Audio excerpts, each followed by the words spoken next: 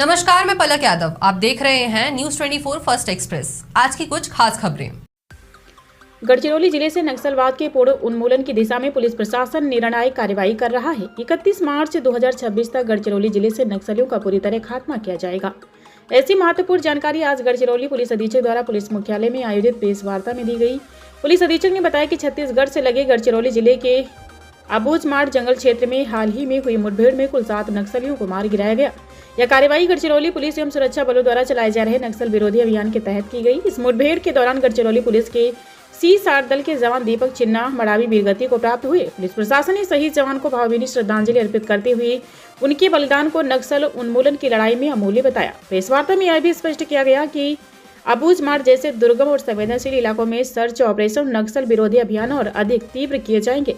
Police प्रशासन पूरी तैयारी, समन्वय एवं रणनीति के साथ कार्य कर रहा है। गढ़चिरौली जिले में शांति, सुरक्षा और विकास सुनिश्चित करने के लिए पुलिस बल पूरी तरह प्रतिबद्ध है तथा नक्सलवाद के खिलाफ यह लड़ाई अंतिम चरण में पहुंच चुकी है, ऐसा पुलिस अधीक्षक ने विश्वास व्यक्त किया।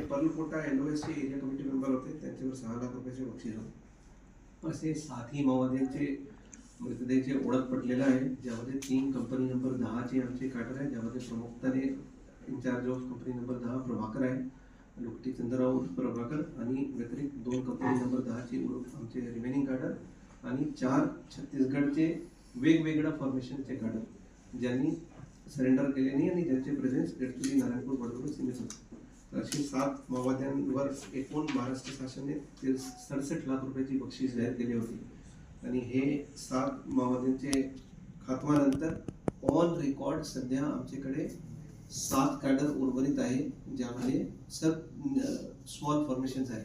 आमचे गडचिरोलीचे राहणारे 2 कॅडर आहे, परंतु हे पूर्ण ऑपरेशनमध्ये जे आम्हाला एक बाब निदर्शनास आले की त्यामध्ये कंपनी नंबर 10 चे लोक कमी होते। आमच्या रेकॉर्डवर 3 पुरुष आणि 7 महिला कंपनी नंबर 10 चे ऑन रेकॉर्ड होते, परंतु जे ऑपरेशनल एरियामध्ये आम्हाला दिसलं त्यामध्ये महिलांची फिगर्स जे आहे ते जो ऑन स्पॉट होते ते कमी होते। तर आम्ही ते शोध घेत आहे। एसपी ऑपरेशन्स रमेश आणि एसपी ॲडमिन गोकुल हे करत होते आणि हे पूर्ण operation ADG special ops doctor Tsering Dorje sir, IG anti Naxal operation Sandeep Patil sir, DIG Gadchiroli range Anil Goyal sir, DIG CRPF Ajay Kumar Sharma sir आणि आमचे सहकारी M Ramesh additional SP operations, additional SP admin Gokulraj ji, additional DYSP operation Vishal यांच्या मार्गदर्शनाखाली एसडीपीओ भामरेगड अमर मोहितेने स्वतः लीड केलेलं आहे आणि ह्या ऑपरेशनमध्ये जे आमचे लोकांनी परफॉर्म केलं आहे याबद्दल माननीय पोलीस महासंचालक यांनी पूर्ण टीमचे त्यांनी मनापासून कौतुक केलं आहे।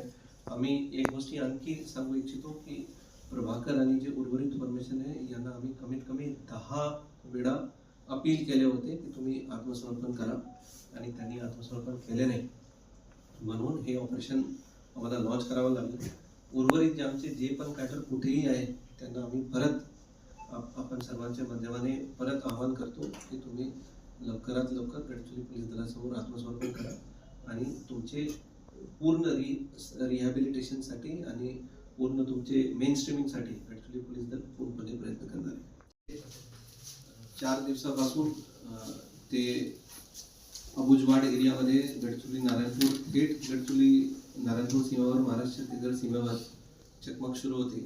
3 फरवरी 2026 चे संध्याकाळी आम्हाला एक खात्रीशीर गोपनीय माहिती भेटली होती की आमचे कंपनी नंबर 10 चे काही कॅडर्स आणि छत्तीसगडचे काही अनमध्ये आहे आणि तात्काळ आमचे जे 2 नवीन आउटपोस्ट आम्ही उघडले मागच्या 3 महिन्यामध्ये, बिनामुद्दाचे नुकतेच 24 जानेवारीला उघडले आणि नंतर त्यांचे पूर्वी नोव्हेंबरमध्ये पुन्हा आउटपोस्ट इथे जे C-60 चे आमचे तुकडी होते ते तात्काळ त्या रात्री 3 तारखेच्या रात्री लॉन्च झाले होते आणि 4 तारखेची सकाळी ते थेट गडचिरोली नारायणपूर सीमावर पोहोचून ते जे लोकेशन होतं तिथे त्यांनी माओवाद्यांना घेरले।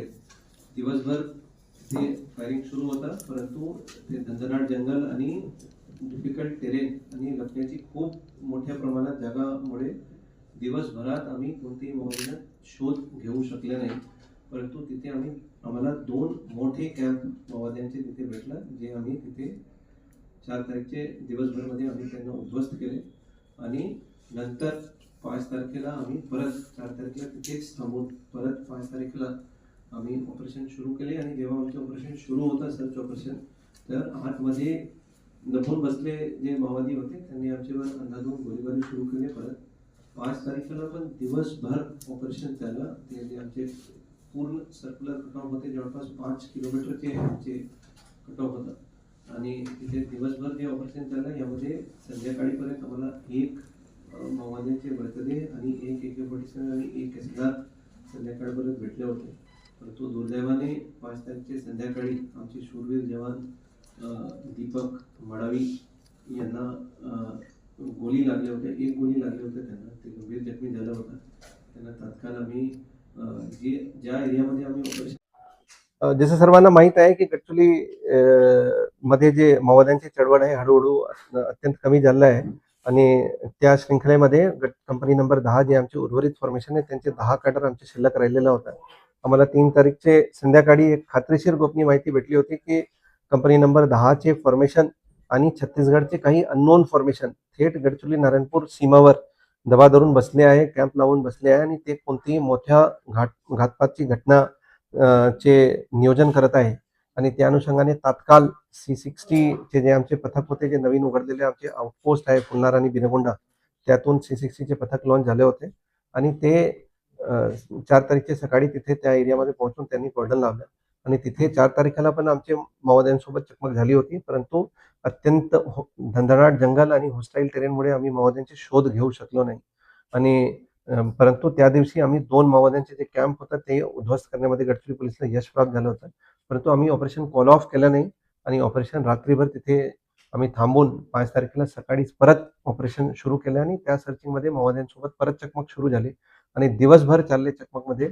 त्या दिवशी आम्हाला 3 मृतदेह माओवाद्यांचे सापडले, एक AK-47 आणि एक SLR सोबत आणि परंतु दुर्दैवाने आमचे शूरवीर जवान दीपक मडावी C60 चे कमांडो आहे, ते नक्षल सोबत जेव्हा त्यांची चकमक सुरू होते आणि नक्षल त्यांचे कोडनला तोडण्याचे प्रयत्न करत होते, त्यांनी 2 माओवाद्यांचे खात्मा केले तिथे. परंतु दुर्दैवाने एक गोळी त्यांना पण लागला आणि ते गंभीर जखमी झालं होतं. त्यांना आम्ही रात्रभर त्यांना इव्हॅक्युएट करून फर्स्ट अर्ली मॉर्निंग फर्स्ट लाईटवर आम्ही एअरलिफ्ट केल्या अबुजमाड जंगल परिसरातून आणि भामरागड हॉस्पिटलला आले. परंतु दुर्दैवाने त्यांच्या ट्रीटमेंटमध्ये त्यांना वीरमरण प्राप्त झालं.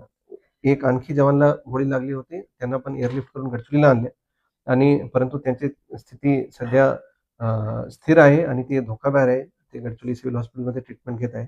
पूर्ण ऑपरेशन जे प्रथमतः असे झालं की गडचिरोली C60 ने 3 दिवस 3 रातचे इतके लांब ऑपरेशन अत्यंत होस्टाईल टेरेनमध्ये त्यांनी ऑपरेशन एक्झिक्यूट केलं आणि जे नियरेस्ट पगडंडी होते जिथपर्यंत तुम्ही पोहोचू शकता त्यापासून 14 किलोमीटर अंतरावर आमचे हे ऑपरेशन सुरू होतं आणि 3 दिवस 3 रात चाललेल्या ऑपरेशनमध्ये एकूण 7 जहाड माओवाद्यांना कंठस्नान घालण्यामध्ये गडचिरोली पोलिसांना यश प्राप्त झाले.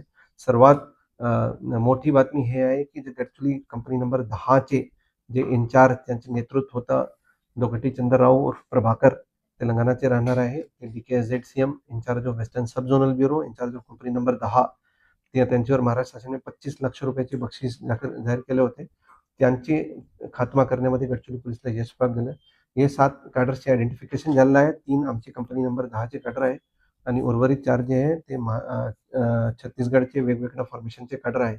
एकूण 7 माओवाद्यांवर महाराष्ट्र शासनाने 71 लाख रुपयाचे बक्षीस जाहीर केले होते आणि हे पूर्ण operation ADG special ops doctor Tsering Dorje sir, IG anti Naxal operation Sandeep Patil sir, DIG Gadchiroli Ankit Goyal sir, DIG CRPF Ajay Sharma sir यांच्या नेतृत्वाखाली गडचिरोली पोलिसने एक्झिक्यूट केलेलं आहे. ते आमचे शूरवीर जवान दीपक मडावीला आम्ही खबरों का अपडेट पाने के लिए बने रहिए News 24 फर्स्ट एक्सप्रेस के साथ।